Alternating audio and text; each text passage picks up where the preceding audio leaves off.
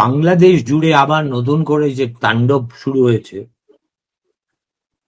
তার চেয়েও বড় কথা, অ্যান্টি ইন্ডিয়া রেটরিক এবার যেভাবে খোলা রাজপথে একদল উন্মত্ত বাংলাদেশি, কি জানি আমি এদেরকে কিভাবে ডেসক্রাইব করবো জানি না, কেননা এদের এত রকম রূপ আছে, ফলে আমি এদেরকে কোনো directly except for calling them lumpens আমি আর কিছু শব্দ খুঁজেই পাচ্ছি না।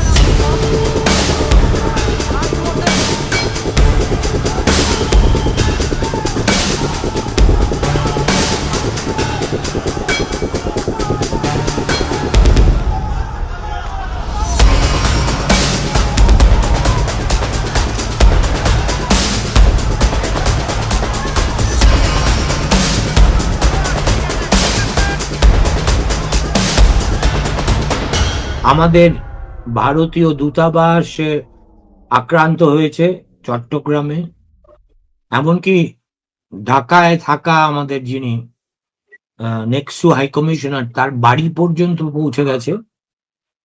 চট্টগ্রামে গতকাল হয়েছে, খুলনাতে এবং চট্টগ্রামে আমাদের ভিসা অফিস বন্ধ হয়ে গেছে। সুতরাং এবারের আন্দোলনের সূচিমুখটা যতটা দিল্লির দিকে, ঠিক ততটা বোধহয় অন্য কারো দিকে নয়। সুশান্ত দাশগুপ্ত, তিনি সাংবাদিক, অ্যাক্টিভিস্ট, কিন্তু এই মুহূর্তে প্রবাসী, লন্ডনে থাকেন, অনেক বছর হয়ে গেল লন্ডনে আছেন, কিন্তু তার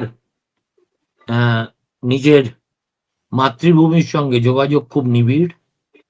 এই সরকার আসার আগে তার জেলা ভিত্তিক একটা সংবাদপত্র তিনি লন্ডন থেকেই প্রকাশ করতেন, অতি পরিচিত মুখ।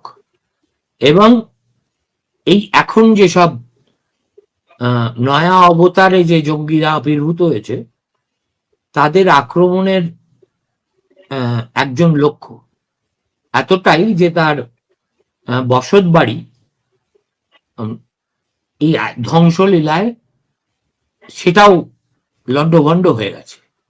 তো আমি প্রথমে সুশান্ত বাবুকেই জিজ্ঞেস করি যে আপনি আপনার বাড়িটা কোথায় এবং সেখানে কি হয়েছে যদি একটু আপনি বলেন। ধন্যবাদ দাদা, প্রথমেই আমাকে আমন্ত্রণ জানানোর জন্য আপনার এই স্ট্রিমে। আমার বাড়ি আপনার সিলেট বিভাগের হবিগঞ্জ জেলায়, হবিগঞ্জ টাউনেই আমার বাসা। আসলে আমরা 4 ভাই 1 বোন, তো আমরা 4 ভাই কিন্তু দেশের বাইরে। শুধুমাত্র আমার বোন, বিবাহিত বোন, বোন আমার বাসায় থাকে, যেহেতু আমরা 4 ভাই দেশের বাইরে। আর বোনের সাথে আমার ভাগ্নি আছে দুটো, ওরা বাসায় আছে আর কি।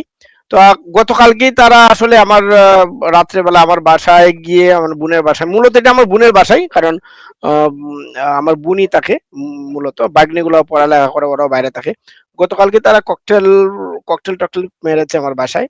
তো আমি ভেবেছিলাম, আমি এক্সপেক্ট করেছিলাম আজকে হয়তো শুক্রবার তো দুষ একটু বেশি থাকে, তো এই ভাবছিলাম আজকে কিছু একটা হবে। তো সকালবেলাই আমার বোন ভাগ্নিকে আমরা সেই প্লেসে সরাই নিয়েছিলাম আজকে ভোরবেলা। তো তারা আজকে অবভিয়াসলি দুপুরের দিকে আসছে, এসে যা করে আর কি নরমালি।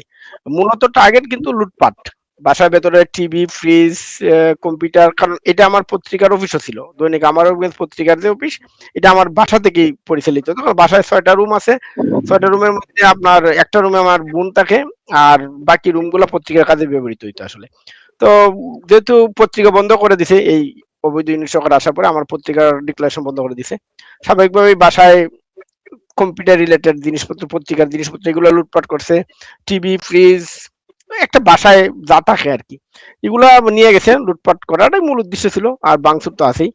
তো এইটা মোটামুটি আধা ঘন্টা তারা উন্মুক্ত, তারা উল্লাস করে, ফুর্তিতে, মানে বেশ উৎসবের আমেজে তারা লুটপাটটা করছে আর কি। এবং সবচেয়ে উল্লেখযোগ্য, মানে ইন্টারেস্টিং, আমার হাসি পাচ্ছে, কারণ পুলিশ, মানে পুলিশই বলতেছিল আর কি, এই এটা করো, এটা করো, এটা করো না, মানে পুলিশের সক্রিয় সহযোগিতায় বলা যায় আর কি, পুলিশি পাহারায় বলা যায় শব্দটা যদি এইভাবে বলি আমি। তো ওরা খুব আরামেই মোটামুটি লুটপাটটা করলো। আর আশেপাশে এটা একটা পাহাড়ায় লুট, তো লুটের বকরাও নিশ্চয়ই পুলিশ পাবে। আসলে পুলিশকে আসলে আমি বকরা পাবে কিনা এটা বলি না, কারণ এরা নিজেরা এতই কি বলে লুবি, এবং নিজেরা এতই কি বলে এটাকে অভাবী, পুলিশকে বকরা দিবে বলে মনে হয় না আর কি। বুঝতে পারছেন?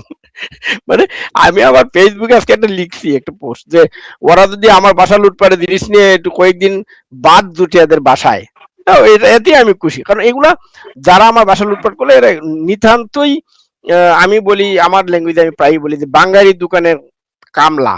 বাঙালি দোকান তো আপনি দেখেছেন, ওদের লোয়া লক্করের যে দোকান, এই, বা আমরা বলি বিয়ে বাড়িতে ঢুল বাজায়, বাজনা বাজায়, এক ধরনের লোক আছে। তো এরা মূলত এই শ্রেণীর টুকাই শ্রেণীর লোক, যারা আমার, এরা কোনো নেতা শ্রেণীর কেউ না, কিন্তু বাসায় যায় নাই, কমপ্লিটলি বাঙালি দোকানের কামলা। এরা টুকাই, তারা মূলত উদ্দেশ্য লুটপাট করা। তো এরা লুটপাট করছে, মানে পুলিশের সহযোগিতায় বলবো না, পুলিশ পাহারায় বলবো আমি। আর বকরা আপনি যেটা বলেন, আপনাকে এত ভালোবাসে কেন তারা? একটাই, আমরা সেকুলার বাংলাদেশ চাই, 71 বাংলাদেশ চাই, 71 বাংলাদেশ চাই, আমরা প্রগতিশীল বাংলাদেশ চাই।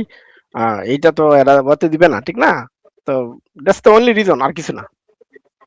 না, আপনি যেগুলো চান সেগুলো আপনি সোচ্চারে ব্যক্ত করেন, আপনার কাগজের মাধ্যমে করেন না আপনারও ইউটিউব চ্যানেল আছে বা ফেসবুক পোস্ট লেখেন ইত্যাদি?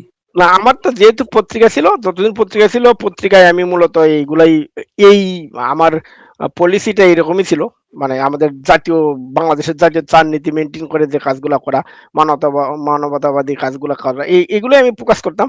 আর যেহেতু পত্রিকা বন্ধ, অবভিয়াসলি আমার ফেসবুকে আমি লিখি মূলত। আর ইউটিউব চ্যানেল আছে, বাট ওইটা অ্যাক্টিভ না, বাট মূলত আমি ফেসবুকেই অ্যাক্টিভিজমটা বেশি করি। আর পত্রিকা থাকা অবস্থাতে পত্রিকায় নিয়মিত প্রিন্টের পত্রিকায় বেরিত, এবং আমার পত্রিকা মোটামুটি অভিকেন্দ্রের খুব পপুলার পত্রিকা ছিল। প্রতিদিন 10,000 কপি ছাপা হতো, 10,000 প্রিন্ট কপি, একটা জেলা পর্যায়ের। কেন ইমাজিন, বিগ ইউজ পপুলার পত্রিকা ছিল আর কি। সো এটাই আর কি।